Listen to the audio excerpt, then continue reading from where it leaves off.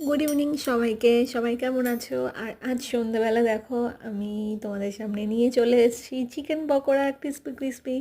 কার কার chicken pakora খেতে ভালো লাগে বলো? আর কে কে বাড়ির তৈরি চিকেন পকোড়া খেতে ভালোবাসো? আর কারা কারা এরকম আছো যে বিয়ে বাড়ির চিকেন পকোড়া খেতে খুব ভালোবাসো? আর আমার কোন কোন বন্ধুরা এরকম আছো যারা রেস্টুরেন্টে গিয়ে বা দোকান থেকে কিনে খেতে ভালোবাসো? আর আমি তো আজকে বাড়িতেই তৈরি করেছি।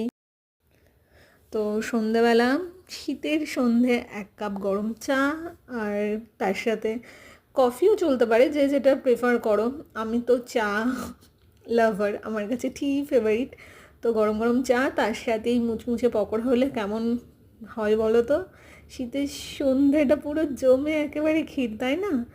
তো ঠিক আছে, এই ছোট্ট ভিডিওটা তোমাদের জন্য থাকলো, দেখো আর এনজয় করো, আর বাড়িতে চিকেন পকোড়া বানিয়ে খাও। বাই।